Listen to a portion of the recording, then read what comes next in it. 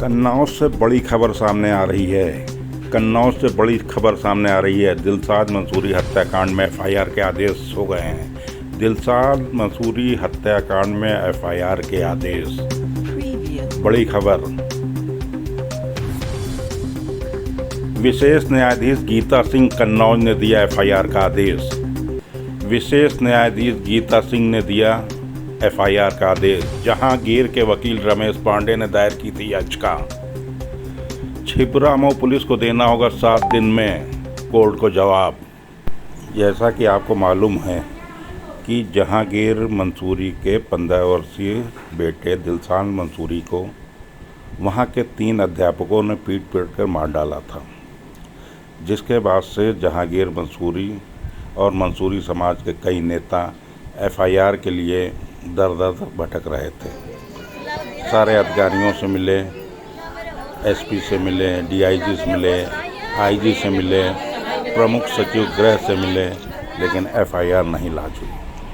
मैं जावेद इकबाल मंसूरी, राष्ट्रीय अध्यक्ष जमीयत मंसूर, पूर्व राज्य मंत्री उत्तर प्रदेश सरकार।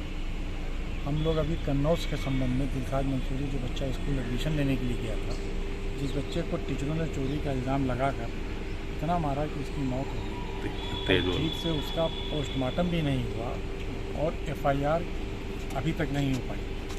हमारे जमात के प्रदेश अध्यक्ष हाजी रबीउल्लाह साहब मिले एसपी से और अधिकारियों से, उसके बावजूद अभी तक एफआईआर नहीं हुई। आज हम लोग लखनऊ में गृह सचिव से मिले हैं, गाबा साहब से, और उनको पूरी बात बताई। तो उन्होंने एफआईआर की बात करी कि मैं आख्या मंगवा के एफआईआर कराने का निर्देश दे रहा हूं, और हम लोगों को आश्वासन दिया कि इस मामले में हम लोग जांच करके कड़ी से कड़ी कार्रवाई करेंगे और दोषियों को सजा दिलाने का काम करेंगे। उस्मानी साहब, आप भी मिले थे, पोस्टमार्टम दोबारा करने पर क्या बात हुई? आज जो है वो कन्नौज वाले प्रकरण में हम लोग जो है गृह सचिव से मिले हैं। गृह सचिव ने पूरी बात समझी और जिस तरीके से उस कक्षा 9 के बच्चे को, दिलशाद को, जहांगीर खां को जिस तरीके से मारा पीटा है और मार पीट के जब वो इंजर्ड हो गया इतना ज़्यादा, तो उसको हॉस्पिटल में भेजा और हॉस्पिटल में उसकी डेथ हो गई। तो इस पर तो हत्या का मुकदमा बनता है और हत्या का मुकदमा कन्नौज पुलिस को लिखना चाहिए। अगर कन्नौज पुलिस हत्या का मुकदमा नहीं लिखती है तो हम लोग जो है कानपुर जाएंगे और आईजी से इसी मामले को लेकर जमीयत मंसूर के प्रदेश अध्यक्ष हाजी रबीउल्लाह मंसूरी कानपुर में आईजी और डीआईजी से मिले थे। मिलने के बाद डीआईजी, आईजी ने उनसे क्या कहा, बता रहे हैं यूसुफ मंसूरी। इंसान उर्फ राजा 15 साल के बच्चे की स्कूल में टीचरों के द्वारा मारकर हत्या कर दी गई थी, उस संबंध में मिला। आईजी साहब से हम लोगों ने मांग की कि उसका पुनः पोस्टमार्टम कराया जाए एक पैनल के द्वारा। आईजी साहब ने आश्वासन दिया कि ठीक है, हम उसकी जांच कराते हैं। उसके बाद हम लोग डीआईजी महोदय से भी मुलाकात करी और उनके मरहूम के पिता साथ में थे, जहांगीर, उनके साथ में लेके हम लोगों ने मुलाकात करी। वहां से आश्वासन भी मिला कि उसकी जांच कराई जाएगी, लेकिन क्योंकि वहां पे एक खेल हो गया है और हम लोगों को शक है कि उसकी पोस्टमार्टम रिपोर्ट बदलवाई गई है। ये हम लोगों की मांग यही है कि उसका पुनः जो है उसकी बॉडी निकलवा के उसका पोस्टमार्टम कराया जाए। एक तंदुरुस्त हिष्टपुष्ट बच्चा 15 साल का, अचानक उसको मार के उसकी हत्या हो जाती है और उसके बाद पुलिस के द्वारा बताया जाता है कि वो टीबी से मरा, जबकि उसको कभी बुखार भी नहीं आया, 2 पैसे का उसने कभी कोई टेबलेट भी नहीं खाया।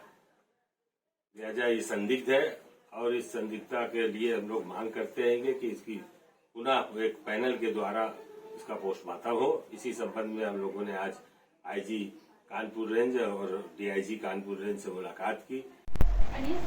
जहांगीर मंसूरी इसी मामले को लेकर 2 दिन पहले मुख्यमंत्री के दरबार में भी हाजिर हुआ था, जहां पर उसने ज्ञापन देकर मामले की उच्च स्तरीय जांच की मांग की थी। उसके बाद पसमानदा मुस्लिम समाज के अध्यक्ष अनीस मंसूरी के कार्यालय पे भी गया। इस मौके पर अनीस मंसूरी ने कहा, वो सुनिए। इनसे मुलाकात भी किया और सारे वाकया को समझा। उसके बाद फिर रात में ही पहुँच करके पुलिस कप्तान से मुलाकात हुई, डीएम साहब से बात हुई और सारी बात होने के बाद मैंने उनसे कहा कि साहब छोटी छोटी बात में FIR हो जाती है, लोगों से कहा सुनी में FIR हो जाती है, इतना बड़ा कांड हुआ है, इसमें FIR करने की आपकी क्या मजबूरी है? तो उन्होंने कहा कि साहब इसमें चूँकि इससे पहले बाइट दे चुके थे कि इसमें उसको टीवी थी तो क्या दिक्कत थी, ये सारी बातें हैं। देखिए इनके बेटे के साथ में बड़ा हादसा हुआ है और वहाँ पर जो स्कूल के मालिक हैं वो शेरे पुष्ट लोग हैं और इनका बेटा स्कूल पढ़ने गया, उससे पहले 4 दिन मजदूरी करके 4 बीघा खेत में धान लगाया। बीमार बरसात में धान नहीं लगाता, वो स्कूल जाता है, स्कूल जाने के बाद वो घड़ी पहन के अपनी जाता है और उसके बाद उसके साथी कोई पूछते घड़ी बहुत अच्छी है, हमें दिखा दो, अपने घड़ी देता है पहनने के लिए लड़के को, वो किसी दूसरे देता है, दूसरा तीसरे देता है। अपनी घड़ी जब मांगा तो घड़ी किसी न किसी लड़की के बैग में रख दिया।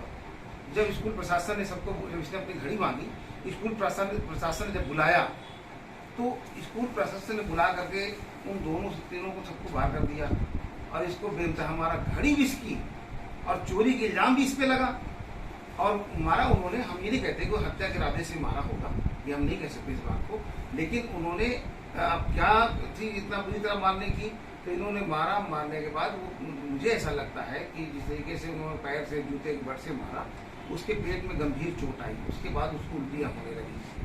उल्टी होने के बाद गंभीर होता चला गया। PSC गए, तमाम लेकर गए, इनको सूचना मिली और स्कूल का ही एक व्यक्ति, एक टीचर उनको सूचना देता है अपने टेलीफोन पे कि आप अपने बेटे को ले जाओ, इसके साथ मारपीट हुई है। क्या नाम था उसका?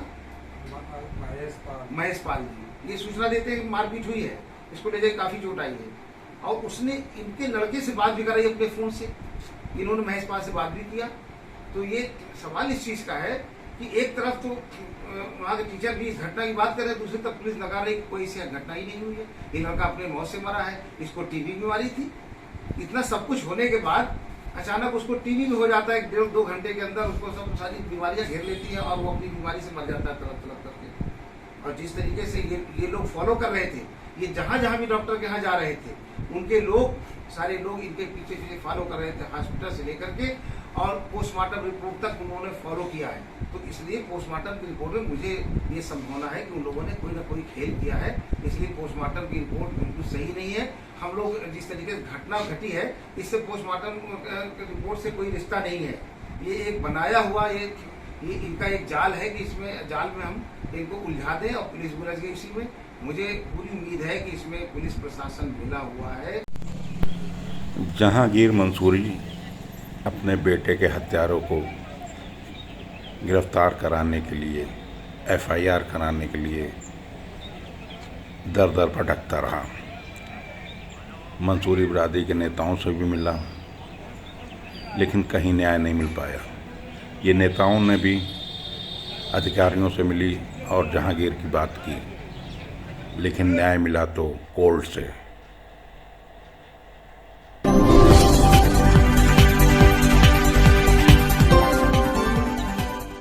सब्सक्राइब कीजिए हमारे मंसूरी समाज चैनल को और बेल आइकन